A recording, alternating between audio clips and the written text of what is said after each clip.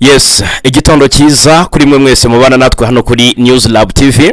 Reka nizere ko merewe neza aho muherereye mu bice bigiye bitandukanye. Reka mbifurize kugira ibyiza byose bitangwa n'ikiganza cy'Uwiteka. Ni muri iki gitondo rero cyo kuri uyu wa kane tariki 26 Gashyantare 2026 ngiyi impamba y'amakuru nzindukanye n'amakuru agezweho ku mutekano ku butaka bw'Urasirazuba bw'igihugu cya Kongo. Amakuru agezweho mu karere k'Ibiyaga Bigari muri Afurika ndetse no hakurya y'Inyanja Ngari, aho tugiye kwibanda kubyire bivugwa ku munsi w'ejo kugeza bwije ndetse n'ibigezweho muri aka kanya muri iki gitondo butuvugana. Zinduka rero mbere y'uko ujya mu kazi kawe, mbere y'uko ujya muri gahunda zawe, ubanza umenye uko byifashe hirya no hino. Bakunzi bacu, turibanda ku biri kuvugwa ku butaka bw'Urasirazuba bw'igihugu cya Kongo nyuma y'isanganya ryabaye ku barwanyi ba M23 ubwo drone y'igisirikare cya Kongo FARDC yarasaga Lieutenant Colonel W.Ngoma, ni umuvugizi wa M23 mu bya gisirikare, rero umuvugizi wa M23 mu bya gisirikare. Lieutenant Colonel W.Ngoma rero hari gusohoka amakuru avuga ko atapfuye wenyine, ko ahubwo abandi bantu bagera ku 9 aribo byamenyekanye ko bagoye mu gitero cya drone cyasize gishekeshe cyane abo mu barwanyi ba M23. Nubwo uyu mutwe utacitse intege ahubwo wakomeje urugamba, tugiye kuba tubikomozaho muri aya makuru 5 kuri 5.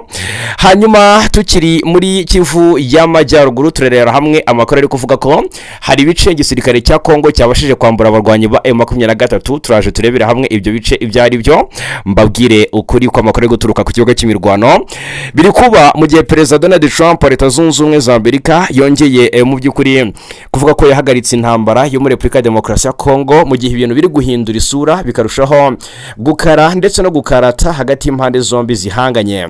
Ubwo turakomoza kubiri kuvugwa nyine muri axe za Rubaya, Karere ndetse n'ahandi hatandukanye ari kuvugwa imirwano n'ahari imyiteguro y'urugamba.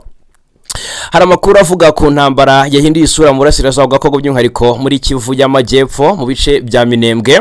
M23 yakomeje kwesurana bikomeye ifatanyije na M23 bahangana n'igisirikare cya Kongo FARDC kirimo ingabo z'u Burundi, Wazalendo, FDLR ndetse bikavuga ko abacancuro ndetse n'abasirikare ba Angola bari ku mirongo y'urugamba. Turaje tubikomozeho muri aya makuru. Hanyuma rero ikindi nza kubabwira, nyuma y'urupfu rwa Lieutenant Colonel W.Ngoma, AFC M23 yikomye amahanga. Irayashinja iki? Binabyo ndaje mbabwira 5 kuri 5. Perezida Felix Antoine Tshisekedi wa Repubulika ya Demokarasi ya Kongo yari pari mu gihugu cy'Ubufaransa ku munsi w'ejo tariki 25 aho yaganira na Perezida Macron ku mutekano w'Urasirazuba bw'igihugu cye ndetse na byinshi byaganiro ku mutekano mu karere. Rero ahangaha Macron na Tshisekedi ngo baneguye u Rwanda mu buryo bukomeye. Ndababwira ibyari byo. U Rwanda rwakiriye Abanyarwanda 32 babaga mu mashyamba mu nyeshyamba za Repubulika zo muri Repubulika ya Demokarasi ya Kongo, turabikomozaho. Hanyuma Kinshasa, Kiliziya Gatolika yagaragaje ko kwamagana u Rwanda bidashobora kugarura amahoro n'umutekano byabaye yanga mu Burasirazuba bwa Repubulika iharanira Demokarasi ya Kongo. MONUSCO yakira intumwa za MCVE igoma ni mu rwego rwo gukurikirana ihagarikwa ry'imirwano no guhana agahenge hagati y'impande zombi. Ni mu gihe kandi ingabo za MONUSCO zitegura koherezwa mu bice bya Uvira muri Kivu y'Amajyepfo ngo zicunge umutekano mu bice byarekuwe n'ubutwe wa M23. Ndetse kandi bikavuga ko MONUSCO na ICGLR byagiye gusuzuma uko umutekano uhagaze muri biriya bice bya Uvira. Turaje tubikomozeho ndabwira ku buryo burambuye iby'ingabo ndetse n'indege z'intambara za Angola zoherejwe byeruye mu ntambara yo muri Kongo n'ibice zoherejwemo. Ndakomoza kuri byinshi bitandukanye. Ndabwira ku ngabo z'u Rwanda zahuye n'ibibazo cyane. Biravuga ko abasirikare 3 ba RDF babiciwe mu mirwano ikaze imakomya ahangaha ni muri Mozambique. Turabikomozaho. Hanyuma ndabwira ko ubutumwa bwa mbere bw'umuyobozi wo hejuru muri M23 buraca amarenga yuko igikuba cyacitse muri M23. Ndababwira 5 kuri 5. Olivier Nduhungirehe, Minisitiri w'Ububanyi n'Amahanga w'u Rwanda n'Ubutwererane, arahamya ko amagambo y'urwango yibasira abanyekongo b'abatutsi mu by'ukuri ari amagambo yaciye igikuba. Ariko kandi ahanga icyo nza kuba nibandaho ni uburyo wayatangaje ari we Sylvain Kenge akidegembya. Uyu wari umuvugizi w'igisirikare cya Repubulika Iharanira Demokarasi ya Kongo. hanyuma rero kandi ndababwira ko muri Uganda umukobwa wa perezida William Ruto yasuye General Muhoozi Kainerugaba. Ibi rero nabyo turaza kuba tubigarukaho muri aya makuru. Ndabwira ko Papa Leo agiye kumara iminsi 10 muri Afrika n'uruzinduko rugamije iki turabikomozaho. U Rwanda na Singapore bigiye kwagura imikoranire mu nzego zirimo imari, nabyo ndababwira gatanu ku kandi. Ndanyarukira muri Sudani y'Amajyepfo. Muri Sudani murambabarira babwire koloni yafatiye ibihano abayobozi ba Rapid Support Force barimo murumuna wa General Dagalo. Ngaye rero amakuru tugiye kwadugarukaho mu buryo burambuye gatanu kuri gatanu. Nongeye kuguha ikaze. Reka kandi nabibutse ko byoroshye cyane gukomeza kubana natwe hano kuri News Lab TV. Ni subscribe cyangwa sabone, ugakanda like tukabona ko bikunda, ugatanga igitekerezo cyangwa se comment, ubundi ugasangiza abandi aya makuru. Ibi byose ariko ukabikora mu gihe nawe ubwayo wumva wanogewe. Ni munyemerere mere ku byabaye kuri M23 bigikomeje kuza imbere ku mapage makuru y'ibinyamakuru bigiye bitandukanye. Urupfu rwa Ngoma rwo nukuri kuzuye ndetse kudacaga sena gato. Hari amakuru yagiye yahoze atangazwa avuga ko ngo yaba kiriho bikaba mu byukuri byakomozwaga kukuba ubwo igisirikare cya Kongo kigambaga ko kivuganye umuvugizi wa M23 mu bya gisirikare Lieutenant Colonel Ngoma cyaje kugira gutya gisiba ubu butumwa. Abenshi rero babihereye bavuga bati mu byukuri birashoboka ko Ngoma yaba akiri muzima. Ntabwo ari uko byagenze, si yo mpamvu kubera ko ubucukumbuzi twakoze nka team ya News Lab TV twasanze ari kimwe mu bintu Kinshasa yakoze nk'ikosa rikomeye yita umutego itari yiteze, aho bivuga ko rwose barebye abi Kinshasa ngo barebye bagasanga bahamije neza ko barenze ku masezerano n'agahenge yemejwe ndetse yasabwe na Rwanda ndetse n'amahanga yose muri rusange. Bikavuga ko ari kimwe mu byatumye Kinshasa isiba ubutumwa bw'Ingamba cyangwa se bwigambaga guhitana umwe mu bayobozi ba M23 ari we Lieutenant Colonel Ngoma. Tunavuga tuti Imana imuhe iruhuko ridashira, aho urupfu rwe rwemejwe n'abarimo Bertrand Bisimwa mu magambo yashyize ku rukuta rwa X Yose Twitter n'ibindi binyamakuru bigiye bitandukanye byagiye binabukomozaho. Byaje rero bitangazwa nk'ubutumwa bwa mbere bw'umuyobozi wo hejuru wa AF23 buca amarenga y'urupfu rwa Ngoma, mu butumwa budatomora cyangwa se buteruye kubijyanye n'urupfu rw'uyu muvugizi wa M23 bya gisirikare Ngoma. Umuzo bikorwa wongirije w'irihuriro Bertrand Bisimwa yatangaje ko urugamba rw'impinduramatwara igihe cyose ngo rugira intwari zimena amaraso zikitangira kubohora igihugu. Ni ubutumwa kandi Bertrand Bisimwa yashyize ku rubuga rwa X Yose Twitter kuri uyu wa gatatu mu gitondo tariki 25 Gashyantare. Ariko ubu sibwo nifuza ko twaheraho mu byukuri dushimangira iby'urupfu rwa Lieutenant Colonel Ngoma, kuko ibihamya byo byakomeje kugendewa byinshi bijyanye n'amasuruse y'amakuru ari kugenda atangaza ibyo rupfu. Ubutumwa rero Bertrand Bisimwa yashyize ku rubuga rwa X yagize ati impinduramatwara igerwaho n'intwari igihe cyose zitanga ubuzima bwazo zitizigama kugira ngo zibohore igihugu, ziharanira ahazaza heza habereye abazabakomokaho, umusingi wa leta irinda abaturage bayo nta vangura. Ni mu butumwa Bertrand Bisimwa yashyize ku rubuga rwa X Yose Twitter, aho ubwindi nkuru yaje isa nk'ici gikuba nivuga ko mu byukuri atari Lieutenant Colonel Ngoma gusa wishwe na coalition cyangwa se n'igisirikare cya Kongo, kuko biravuga ko abandi bantu 9 ndetse bakomeye nibo byamenyekanye ko ngo baguye muri iki gitero kishe uwari umuvugizi wa M23 Ngoma. Gusa umugaba mukuru w'ingabo zuri ya mutwe General Sultan Makenga nawe wari watangiye kubikwa nabo kurandi rwa guverinoma Kinshasa. Bivuga ko ngo yashoboye kukirokoka, ariko bikavuga ko ngo yakomeretse bikomeye hakakihutirishirizwa mu bitaro bya hariye Masisi, bikagorana cyane akazanwa Igoma ngo akaba ari hari kwitabwaho, ariko nabyo nta makuru mu byukuri ahamye kuri iyi nkuru arashyirwa hanze. Amakuru rero ibiro ntaramakuru Reuters by'Abongereza dukesha inkuru byashyize hanze bivuga ko byahawe n'amasoko agera kuri 4 ngo muri cyera rwo kuwa kabiri tariki 24 Gashyantare nibwo Lieutenant Colonel Ngoma yiciwe mu gitero cya drone cyagabwe mu gace ka Rubaya ni muri teritwari ya Masisi.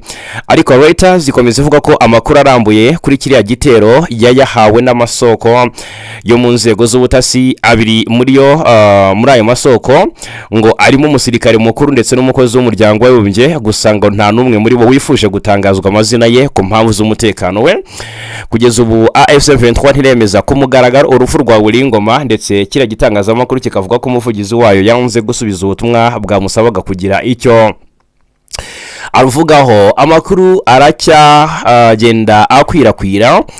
Icyakora aravuga ko imirambo y'abantu 9 ariyo yavanwaho igitero cyagabwe ijyanwa mu mujyi wa Goma. Reuters iravuga ko umusirikare mukuru wavuganye nayo yabwiye ko indi mirambo 7 itashoboye kuboneka kubera ko yahindutse umuyonga.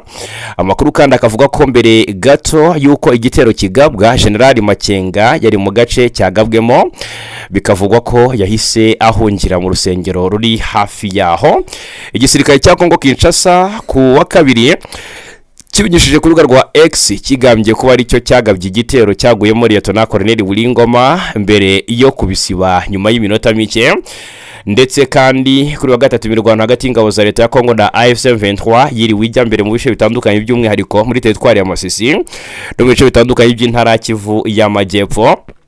Umuvugizi wa M23 Lawrence Kanyuka nawe yaje kuba abikomozaho ku kijyanye n'ibitero rero by'igisirikare cya Repubulika Iharanira Demokarasi ya Kongo.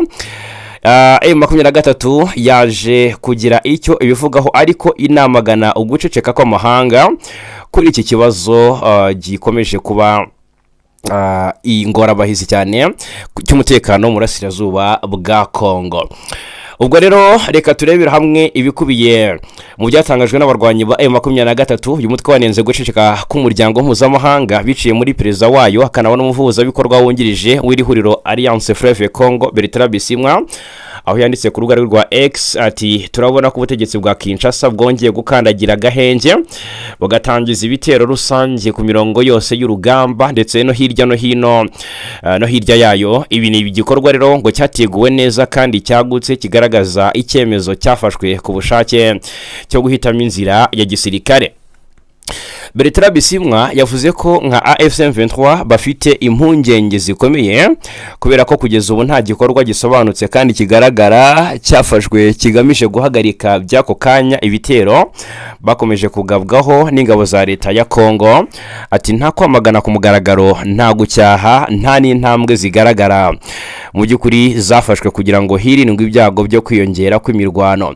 Perezida wa M23 aravuga ko uguceceka gukomeje kugaragaza mu by'ukuri n'amahanga gitandukanye cyane n'uburyo yihutira kwamagana uriya mutwe iyo wagabweho ibitero bikaba ngombwa ko wirwanaho. Ni M23 ikomye amahanga akomeje kurusha karumira mu gihe ikomeje kugabwaho ibitero karahutaka n'ihuro ry'ingabo za leta ya Kinshasa biri kugira ingaruka ndetse bigahitana bamwe mu bayobozi b'uyu mutwe. Ni ibitero byagabwe Rubaya, hari byagabwe mu Minembwe, ibitero bitaziguye mu bice bya Rutigita, ni mu Minembwe, muri za Kitazungura muri teritwari ya Karere ndetse no muri Rugezi ahari muri teritwari ya Minembwe, akaba rero ari muri Kivu y'Amajyepfo. Muri Kivu y'Amajyaruguru kandi biravuga ko hari ibice gisirikare cya Repubulika ya Demokarasi ya Kongo cyabashije kwambura abarwanyi ba M23 nyuma y'urugamba rwakomeje kuba magasa kuva kwa kabiri tariki 24 Gashyantare. Bikorwa ko imirwano yabaye hagati y'impande zihanganye. Wazalendo na FARDC ngo babashije guhangamura M23 ahitwa Imahanga n'umudugudu uri mu gace ka Politike muri groupement ya Nyamaboko ya mbere muri teritwari ya Masisi. Amakuru atandukanye aturuka mu nzego zitandukanye zaho ibintu byabereye akavuga ko ingabo za leta zageze ibuhimba ni mu gace kegeranya cyane na Warikare zigaba igitero ku birindiro bya M23 ahitwa Imahanga. Inkuru dukesha Actualité PSD kavuga ko nyuma yo guhangana n'inyeshyamba za M23 zavuye mu mudugudu wa Mahanga zirukanwe na Wazalendo, abaturage bavuganye n'iki gitangazamakuru bo muri ako gace batangaza ko inyeshyamba za M23 ngo zasubiye inyuma mu ishyamba riri muri kariya gace ka Sheferi Oso Banyungu. Hagaragaye kandi guhunga kw'abaturage benshi aho imiryango myinshi yihutiye kuva mu bice bya Mahanga ihungira mu bihuru bihakikije. Ntacyo uruhande rwa M23 rwatangaje ku makuru yo gutakaza ibice by'ingenzi hano muri teritwari ya Masisi. Aya ni amakuru mu by'ukuri adafitiwe gihamya. ni urugamba M23 tukomeje guhanganamo n'igisirikare cya Repubulika Iharanira Demokarasi ya Kongo, mu gihe mu by'ukuri ingabo za Kongo bivugwa ko zakiriye andi maboko akomeye, uretse za ngabo z'Ubufaransa bivugwa ko zaje Kisangani ndetse zatangiye kugenda zizoherezwa mu bice bya Uvira na Karemi. Biravugwa neza ko ingabo za Angola za Perezida Joao Lourenço nazo zatangiye kwinjira ku mirongo y'urugamba. Reka rero turebera hamwe ibyizi ngabo ndetse n'indege z'intambara za Angola zoherejwe byeruye mu ntambara yo muri Repubulika ya Demokarasi ya Kongo n'ibice zoherejwemo, kuko byavugaga ko izi ngabo za Angola icyazizanye ngari ukuba nk'abamediateri hagati impande zihanganye, ariko ntabwo ari byo. Ndagira ngo mbahunzi yobera mbumvisha uburyo zinjiye ku mirongo y'urugamba ndetse n'uburyo zigiye guhangana na M23. Iki gihugu cya Angola cyafatwaga nk'umuhuza ndetse wikundirwaga cyane na guverinoma Kinshasa, ariko ukemangwa na M23. Ku mugaragaro rero ugukemanga kwa M23 bigaragaye ko kwari gufite ishingiro, kuko iki gihugu cyinjiye ku mugaragaro mu ntambara ikomeje kubera muri Burasirazuba bwa Kongo, nyuma yo kohereza abasirikare n'ibikoresho bya gisirikare birimo indege z'intambara mu rwego rwo gushyigikira ubutegetsi bwa Kinshasa mu rugamba bahanganyemo n'ihuriro Alliance Fleuve Congo M23 ndetse na MLDP twirwaneho. Tariki 18 nibwo abasirikare ba Angola bagera ku ijana ngo bageze ku kibuga cy'indege cya Kalemi ni mu ntara Tanganyika. Nyuma y'amasaha make hafi kimwe cya kabiri cyabo bahise boherezwa mu mujyi wa Baraka no mu bindi bice bigize teritwari ya Fizi muri Sud Kivu, aho biteganyijwe ko bafasha ingabo za leta ya Kongo mu bikorwa bya gisirikare byo kuhashya imitwe y'irwanya. Amakuru aturuka mu nzego z'umutekano hagaragaza ko Angola itohereje abasirikare gusa, ahubwo yanohereje n'indege z'intambara zo mu bwoko bwa Sukhoi 25 na Sukhoi 30 zashyizwe ku kibuga cy'indege cya Kalemi kugira ngo zijye zifasha mu bitero bigamije kwibasira ibirindiro bya M23 na twirwaneho mu misozi ya Fizi ndetse na Uvira. Iyi ntambwe rero ije nyuma y'uko perezida wa Angola Joao Lourenço asoje inshingano ze ku buyobozi bw'icyiciro cy'umuryango wa Afurika yunze ubumwe. Bikavuga ko rwose ubundi yakaba yaranefashe Tshisekedi mu minsi yashize, ariko ubwo yarakiri muri izi nshingano akavuga ko byari kuba bikigoranye cyane. Ubwo rero Angola yari maze igihe igaragaza ko iri mu murongo w'ubuhuza hagati ya Kinshasa n'imitwe iyirwanya, inasaba gahenge kagombaga gutangira kubahirizwa tariki ya 18 Gashyantare uyu mwaka. Icyakora kohereza ingabo ku munsi umwe n'uwari wateganyijweho gutangira kwa gahenge byasize benshi bibaza ku ruhande Angola yahagazeho. Bamwe bakabona ko yiyambuye umwambaro w'ubuhuza igafata iya mbere mu gufasha leta ya Kinshasa mu buryo bwa gisirikare. Kuva tariki 19 kugeza kuri 21 Gashyantare habereye inama y'umutekano i Bujumbura, ni ku cyicaro cya hotel kiri Garden, icyitwa ngo ni Kiriri Garden, yahuje abayobozi bakuru mu nzego z'umutekano z'u Burundi na Repubulika ya Demokarasi ya Kongo. Mu bayitabiriye rero harimo umugaba mukuru w'ingabo z'u Burundi General Prime Niyongabo, General Gilles Banzamwilambwe ndetse na Minisitiri w'ingabo wa Kongo Guy Kabombo Ngandiyavita. Iyi nama yari yitabiriwe n'abayobozi bo mu gisirikare cya Kongo barimo Brigadier General Mwakumbuluku Daniel uyobora 34 Region Militaire ndetse na Colonel Kisembo Esingoma Benjamin ushinzwe ibikorwa bya Sokora kabiri, hamwe n'abapilote baturutse muri Angola. Amakuru ava muri iyo nama rero avuga ko impande zemeranyije ku mugambi wo kugaba ibitero bihuriweho n'ingabo zirwanira ku butaka, zirwanirira mu kirere, bigamije mu by'ukuri no kwisubiza ibice byo mu kibaya cya Rusizi muri Uvira bigenzurwa na AFC M23. Kuri ubu rero uruhande rushyigikiye leta ya Kinshasa rugizwe n'ihuriro rinini ry'ingabo zirimo za Kongo, iza Angola, iz'u Burundi, umutwe wa FDLR, urubyiruko rw'imbonerakure, imitwe ya Wazalendo ndetse n'abacancuro baturutse mu bihugu byo muri Amerika y'Amajyepfo no muri Algeria. Kwinjira kwa Angola rero mu buryo bweruye mu ntambara bishobora guhindura isura y'urugamba, cyane cyane kubera ubushobozi bw'igisirikare cyo mu bijyanye n'indege z'intambara n'uburambe gifite mu ntambara z'akarere. Si ubwa mbere Angola igize uruhare byeruye mu bibazo bya Kongo, kuko amateka tugaragariza ko mu myaka y'1998 na 2003 mu ntambara ya kabiri ya Congo Angola yari mu bihugu byashyigikiye ubutegetsi bwa Laurent Desire Kabila Kinshasa mu rwego rwo kurinda inyungu zayo z'umutekano ndetse no gukumira imitwe yitwaje intwaro yashoboraga guhungabanya umutekano wayo. Kongera kwinjira rero mu ntambara ya Congo muri uyu mwaka bishimangira ko Angola ikomeje kubona umutekano w'akarere nk'inyungu zayo bwite kandi ko itazuyaza mu by'ukuri gukoresha imbaraga za gisirikare igihe ibona ko inyungu zayo cyangwa se izafatanya bikorwa ziri mu kaga. Byemezwa ko kwinjira kwa Angola mu ntambara bishobora gutuma urugamba rurushaho gukomera cyane ko M23 na M23 rwaneho imaze igihe yigarura ibice bifatika mu burasirazuba bwa Congo. Ibi kandi bishobora gukoba mu nkokora inzira y'ibiganiro bya politike byari bitegerejwe guhuza impande zishyamiranye. Ni mu gihe amahanga akomeje guhamagarira impande zose kugabanya imirwano no gusubira ku meza y'ibiganiro. Ibikorwa bya gisirikare birimo kohereza ingabo n'indege z'intambara bigaragaza ko intambara ishobora gufata indi ntera igahindura imiterere y'umutekano mu karere k'ibiyaga Bigari. Nk'ubwo rero ndagira ngo mbamenyeshe ko nubwo ibintu bikomeje gukara ariko kuri wa gatatu tariki 25 mu mujyi wa Goma hari intumwa z'umuryango w'ibungezi zishinzwe ubutumwa bwo kugarura amahoro muri Republika Demokarasi ya Congo MONUSCO zakiriye General Charles na Kempa n'itsinda ry'abantu batatu bahagarariye urwego rwa MCVE+ ndetse na IGVM+. Uru ruzinduko rwari rugamije gusura ndetse no kuganira ku buryo bwo kurushaho kunoza ibikorwa byo gukurikirana no kubahiriza ihagarikwa ry'imirwano cyane cyane mu ntara ya Kivu y'Amajyepfo. Nk'uko amakuru yatangajwe abigaragaza, uruzinduko rwari rugamije gushimangira ubufatanye hagati ya MONUSCO na MCVE+ mbere yo gutangira ibikorwa bifatika byo kugenzura no gukurikirana iyubahirizwa ry'amasezerano y'ihagarikwa ry'imirwano.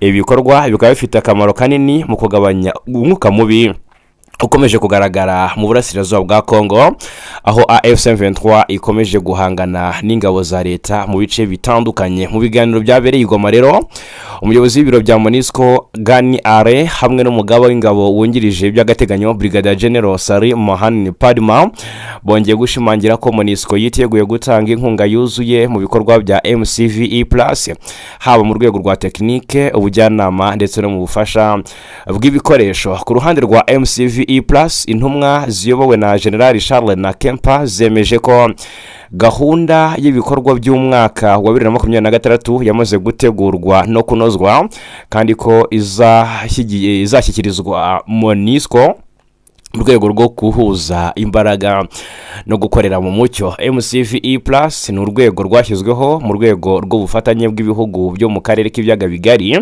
hagamijwe kugenzura no kugabanya ibibazo by'umutekano muke biterwa n'imitwe yitwaje intwaro ikorera ku mipaka ihuza ibihugu yashyizweho mu rwego rwo kongerera imbaraga mécanisme conjoint kizwi nka mécanisme conjoint de vérification wari usanzweho hagamijwe kwagura inshingano ndetse no kongera ubushobozi bwo gukurikirana ibirego by'ihohoterwa n'ibikorwa by'ibitero byambukiranya imipaka. Uru rwego rukorana bya hafi n'umuryango mpuzamahanga w'akarere k'ibiyaga bigari ICGLR ndetse n'izindi nzego z'umutekano zo mu bihugu birebwa n'ibibazo byo mu burasirazuba bwa Repubulika Iharanira Demokarasi ya Congo. Ibi ariko bikaba bibaye kandi mu gihe MONUSCO ndetse na ICGLR byagiye gusuzuma cyangwa se byatangiye gukora isuzuma ry'uko umutekano uhagaze muri Uvira. Ikaba ari itsinda rero rihuriweho rihagarariye ubutumwa bw'amahoro bw'umuryango w'ibungiye muri Congo n'inama mpuzamahanga y'akarere k'ibiyaga bigari ICGLR yoherejwe muri teritwari ya Uvira gukora isuzuma ry'ibanze ry'umutekano waho. Ni MONUSCO yasobanuye ko ubutumwa bw'iri tsinda buzamara iminsi 5 guhera ku 23 kugeza ku 27 Gashyantare kandi ko bwatangiye nyuma y'ibiganiro yagiranye na Perezida wa Congo hakaba n'umuyobozi wa ICGLR Felix Antoine Tshisekedi. Itsinda riri muri ubutumwa riri gusuzuma niba ibikorwa bya MONUSCO na ICGLR byo kugenzura iyubahirizwa ry'agahenge muri Uvira bizaba byitezwe bizaba rero bitekanye kandi niba ngo bizanashoboka. Umuyobozi w'agateganyo wa MONUSCO Vivian Van der Pel agira ati kugenzura neza iyubahirizwa ry'agahenge byitezweho kugabanya ubugizi bwa nabi no kureba umwanya wabonekaho igisubizo cya politike kirambye. Vivian Van de Pel asobanura ko bitandukanye naho mu ntara ya Kivu y'Amajyaruguru ndetse na Ituri akanama karoni gashinzwe umutekano kateganyije ko inshingano za MONUSCO muri Kivu y'Amajyepfo mu by'ukuri ngo zitarimo kurinda abasivile. Umunyamabanga mukuru wungirije wa LONU ushinzwe ubutumwa bw'amahoro Jean Pierre Lacroix aherutse gusobanura ko kohereza ingabo za MONUSCO zigenzura agahenge muri Kivu y'Amajyepfo bizakorwa mu byiciro. Lacroix agasobanura ko mbere kohereza abasirikare bazabanza kumenya niba umutekano w'ingabo za MONUSCO uzaba wizewe mu gihe zizaba zageze muri Kivu y'Amajyepfo, bityo ko hazabanza koherezwa drone z'ubutasi zizahakura amakuru. Hanyuma rero Perezida Félix Antoine Tshisekedi wa Repubulika Iharanira Demokarasi ya Kongo yerekeje i Paris mu gihugu cy'Ubufaransa kuri uyu wa gatatu tariki 25. Perezida Macron w'Ubufaransa kuri wa gatatu yakiriye Perezida Félix Antoine Tshisekedi mu biro bye hariya i Paris, bagirana ibiganiro byagarutse cyane ku Rwanda. Presidansi ya Kongo Kinshasa ibinyujije ku rubuga rwayo rwa X rwahoze rwitwa Twitter yatangaje ko ibiganiro bya Macron na Tshisekedi byongeye gushimangira ubushake bw'Ubufaransa bwo kubahiriza ubusugire bw'imbibi n'ubwigenge bwa Repubulika Demokarasi ya Kongo mu gihe umutekano ukomeje kuba mubi bitewe n'ifatwa ry'uduce tumwe na tumwe two mu burasirazuba bwa Kongo ngo dufitwe n'ingabo z'u Rwanda nk'uko Kinshasa yo ibishimangira. Yunzemo ko bari abagabo baganiriye kuri kandidatire ya Kongo ku mwanya w'umuryango w'umunyamabanga mukuru w'umuryango mpuzamahanga w'ibihugu bikoresha ururimi rw'igifaransa. Kinshasa irateganya gutanga umukandida kugira ngo azahatane n'umunyarwandakazi Louise Mushikiwabo umaze imyaka 6 ayobora uriya muryango. Amakuru akavuga ko Dr. Denis Mukwege wigeze guhabwa igihembo cy'amahoro cyitiriwe Nobel ariwe uhabwa amahirwe kurusha abandi muri bose. Kuri ubu rero ntiramenyekana niba Macron yemereye Kinshasa kuzayishyigikira umukandida wayo nyuma y'uko Tshisekedi abisabye Perezida Macron. Abagabo bombi rero baherukaga guhurira i Paris mu kwezi gushize kwa Mutarama 2026. Ni mu gihe imirwano ikomeje guca ibintu mu burasirazuba bwa Kongo. Perezida wa Amerika Donald Trump wa Leta Zunze Ubumwe za Amerika ku munsi w'ejo bundi yongeye gutangaza ko yahagaritse intambara yo muri iki gihugu. Ni mu gihe imirwano ingabo z'iki gihugu zirwanamo n'inyeshyamba z'umutwe wa M23 yakomeje guhindura isura. Trump mu ijambo rizwi nka State of the Union yagejeje ku banyamerika yavuze ko mu gihe gito amaze atangiye kuyobora kiriya gihugu yashoboye guhagarika intambara 8 zo hirya no hino ku isi. Ni intambara yavuze ko zirimo iya Israel na Hamas, Israel ndetse na Iran, Pakistan n'Ubuhinde, y'u Rwanda na Repubulika Demokarasi ya Kongo, Thailand na Cambodia, Armenia na Azerbaijan, Misiri na Ethiopia ndetse na Serbia na Kosovo. Mu Kuboza 2025 nibwo Perezida Trump yayoboye umuhango wo gusinya amasezerano y'amahoro hagati ya Repubulika Demokarasi ya Kongo n'u Rwanda. Ubwo ni hagati ya Perezida Tshisekedi ndetse na Perezida Kagame w'u Rwanda. N'umuhango wabereye i New York muri Leta Zunze Ubumwe za Amerika. Icyakora nubwo ayo masezerano yari yitezweho gushyira iherezo ku ntambara Kinshasa irwanamo n'umutwe wa M23 byitwa ko ushyigikiwe n'u Rwanda, ku mirongo y'urugamba impande zombi ziracyarwana ndetse imirwano irasa n'iyamaze gufata indi ntera. Kuwa mbere rero tariki 24 Gashyantare umuvugizi w'igisirikare cya M23 yiciwe mu gitero cya drone mu gace ka Rubaya. Murumva ko ibintu bikomeye, ariko Perezida Trump aravuga ati njyewe namaze kurangiza intambara yo mu burasirazuba bwa Kongo, ariko akavuga ko yarangije intambara ya Kongo n'u Rwanda. Ni mu gihe ibya Kongo n'u Rwanda bikomeje kuba ibindi Kongo ishinja u Rwanda kuba arirwo nyirabayazana w'ibibazo by'umutekano burasirazuba bwayo. Kinshasa Kiliziya Gatolika yo siko ibibona. Ubuyobozi bwa Kiliziya Gatolika muri iki gihugu bwagaragaje ko kwamagana u Rwanda atari cyo bushyize imbere kuko bwasanze bidashobora gukemura ibibazo byose biri muri iki gihugu. Ni Kiliziya Gatolika muri Kongo imaze igihe idacana uwaka n'ubutegetsi bw'iki gihugu bwishinja kutamagana ihuriro M23 n'u Rwanda kuko ngo rurifasha mu rugamba ririmo muri Kivu y'Amajyepfo ndetse na Kivu y'Amajyaruguru. Umunyamabanga mukuru w'inama y'abepiskopi gatolika Sienko Musenyeri Donatien Nshole yatangaje ko barimo perezida w'iyi nama Musenyeri Fulgence Muteba bavuze u Rwanda kenshi mu bihe byashize ariko ko nyuma basanze ntacyo bishobora kumarira igihugu cyabo. Musenyeri Nshole agira ati si ubwa mbere musubira inyuma musuzume inyandiko za Sienko. Ati musuzume inyandiko za Sienko muzabona ko inshuro nyinshi abashumba abanyamuryango ba Sienko ndetse na Musenyeri Fulgence bavuze u Rwanda. Yatangaje ko Kiliziya Gatolika yafashe icyemezo cyo guhagarika gushyira u Rwanda mu matangazo yayo, ihitamo gushyira imbaraga muri gahunda igamije kuhuriza abanyekongo mu biganiro by'amahoro nta rumwe uhejwe kuko ari byo byakemura ibibazo bafite. Ati ntibivuze ko twacecetse ahubwo twafashe gahunda itandukanye niyo yo guha amahirwe ibiganiro byo ku rwego rw'igihugu. Kuva mu ntangiriro z'umwaka ushize Kiliziya Gatolika n'itorero Anglikani byateguye gahunda igamije guhuriza abanyekongo mu biganiro by'amahoro. Leta ya Kongo yanze gushyigikira iyi gahunda igaragaza ko abafashe intwaro bagomba guhezwa. Hanyuma tukivuga ku bya Kongo n'u Rwanda, Minisitiri Olivier Nduhungirehe yakomoje ku magambo witwa Sylvain Kenge aherutse gutangaza. Ni Minisitiri w'Abanyamahanga w'u Rwanda yahamije ko ari amagambo rero y'urwango yibasira abanyekongo mu bwoko bw'abatutsi ashyigikiwe n'ubutegetsi bwa Repubulika ya Demokarasi ya Kongo. Yakomozaga ku byatangajwe na Sylvain Kenge wari umuvugizi w'ingabo za Kongo akaza gukurwa kuri uwo mwanya bijyanye n'amagambo yari amaze iminsi atangaje ku banyekongo b'abatutsi. Mu nama y'akanama k'umuryango w'Abibumbye gashinzwe uburenganzira bw'ikiremwamuntu yabereye i Geneve mu Suisse, Nduhungirehe yagaragaje ko ibikorwa by'ibasiramoko n'ingengabitekerezo ya jenoside bikomeje gukwirakwira muri Kongo. Ati mu myaka myinshi akarere kacu kashegeshwe n'ubuhezanguni bushingiye ku moko n'ingengabitekerezo ya jenoside. Uyu munsi ibi bikorwa byongeye kugaragara mu burasirazuba bwa Kongo aho ubugizi bwa nabi buri gukorerwa abanyantege nke. Nduhungirehe yatangaje ko abanyekongo b'ubwoko bw'abatutsi barimo abanyamurenge batuye mu ntara ya Kivu y'Amajyepfo bari kugabwaho ibitero n'imitwe yitwaje intwaro ishyigikiwe na leta ya Repubulika ya Demokarasi ya Kongo. Ingabo z'iki gihugu nazo zikabigiramo uruhare. Ati imidugudu yose iri kuraswaho n'indege za drone, inzu ndetse zaratwiswe zirakongoka zirasenywa, imiryango yarahunze bitewe n'ubukangurambaga bugamije kwirukana ku butaka bwa gakondo yabo.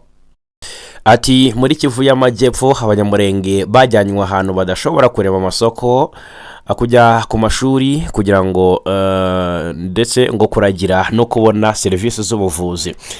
Hanyuma rero mu kuboza ibyatangajwe na Ikenge murabyibuka yavugiye kuri televiziyo y'igihugu avuga ko rwose abagore b'abatutsi kazi batajya babyarana nabo badahuje ubwoko, asaba abagabo muri Kongo kubitondera cyane. Ibi rero Nduhungirehe yasobanuriye akanama ka Loni gashinzwe uburenganzira bw'ikiremwamuntu ko amagambo ya Ikenge yavugiye kuri LE26 yari yateguwe kandi ko ari mu murongo wa leta ya Kinshasa itigeze inamukurikirana mu butabera. Haravugwa inkuru mbi mu ngabo z'u Rwanda n'amakuru aturuka mu gihugu cya Mozambique ataremezwa n'ubuyobozi bw'u Rwanda. Haravuga ko mu gitondo cyo kuri uyu wa kabiri ngo habaye imirwano ikaze yari irimo ingabo z'u Rwanda, ingabo za Mozambique ndetse n'abagize umutwe uzwi nka Local Defense ugerageza kwirukana leta ya Kisilamu mu midugudu ikikije umuhanda w'igihugu nimero 380 ahagabwe igitero ku cyumweru ku modoka zari ziherekejwe n'abasirikare. Amakuru aturuka muri ako gace aravuga ko imirwano yabereye hagati y'imidugudu ya Nova Zambezia ndetse na Kongreso mu karere ka Makomia. Ingabo za leta y'iki gihugu zirashaka kongera kugenzura ako gace ndetse no gufungura umuhanda wafunzwe kuva ku cyumweru haba icyo gitero cyagabwe ku modoka zari ziherekejwe n'abasirikare.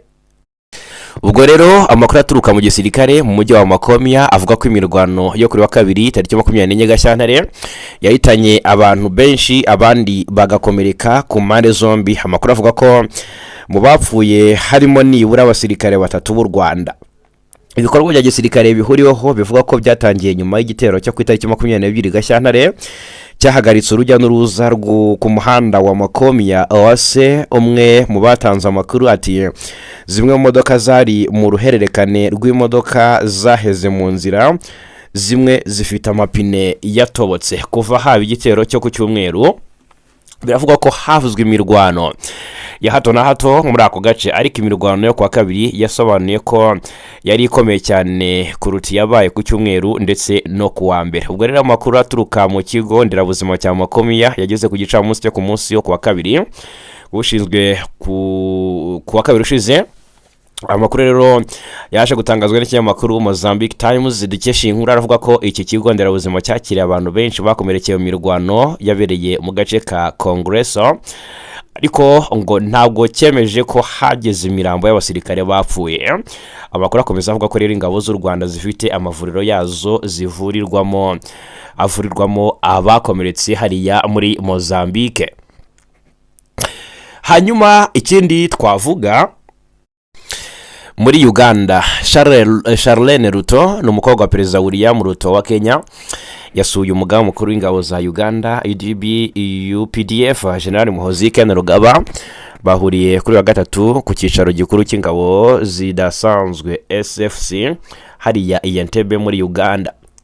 Uruzinduko ruje rukurikira itangazo riherutse gutangazwa na General Kainerugaba ku rukuta rwa X Yose Twitter, aho yatangaje ko yifuza gusura perezida wa Kenya William Ruto mu minsi ya vuba. Bikaba byerekana ko hakomeje kubaho kwiyemeza guteza imbere umubano hagati y'ibihugu byombi by'ibituranyi. Intumwa ziyobowe n'umukobwa wa Ruto zirimo George umujyanama w'icyubahiro wa Maroc Festus Orina, ndetse Vashen Ragupathi ndetse na Honorable Jeanne France Akilo.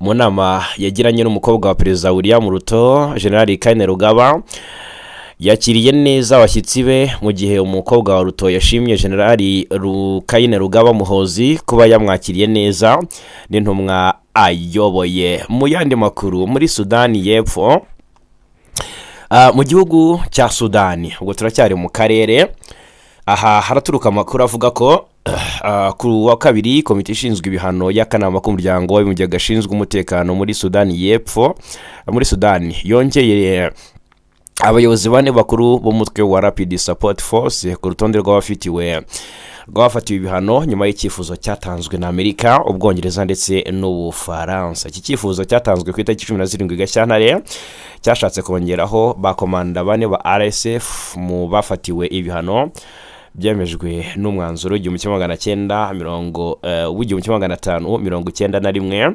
Mu bongeremo harimo Abdelrahim Hamdan Dagalo, umuyobozi wungirije wa RSF, akaba na murumuna w'umuyobozi mukuru w'uyu mutwe Mohamed Hamdan Hemet Dagalo.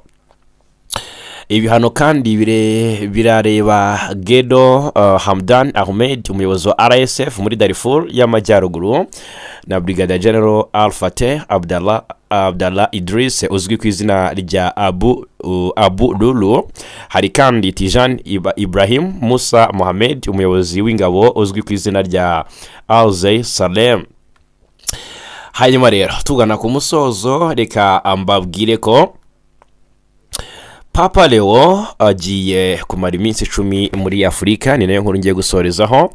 Papa Leo 16 azagenderera Afurika kuva ku ya 13 kugeza ku ya 23 Mutarama, nkuko ku ya 13 kugeza ku ya 23 Mata uyu mwaka, nkuko Vatican yabitangaje kuri ya 25 Gashyantare. Papa Leo azasura Algeria, Angola, Guinea Equatorial ndetse na Cameroon. N'uruzinduko ruzamara iminsi 10. Biteganyijwe ko rero azakirwa n'abakristo benshi n'abayobozi muri ibyo bihugu mu kwimakaza iterambere ryabyo no gushyira ingufu mu biganiro bihuza abakristo Gatolika nabo mu idini ya Islam. Ngaye nguko rero reka mbashimire cyane kubana natwe muri aya makuru. N'amakuru rero mu by'ukuri yo muri iki gitondo cyo kuri uyu wa kane tariki 26 Gashyantare 2026. Amahoro y'Imana akomeze kubana namwe.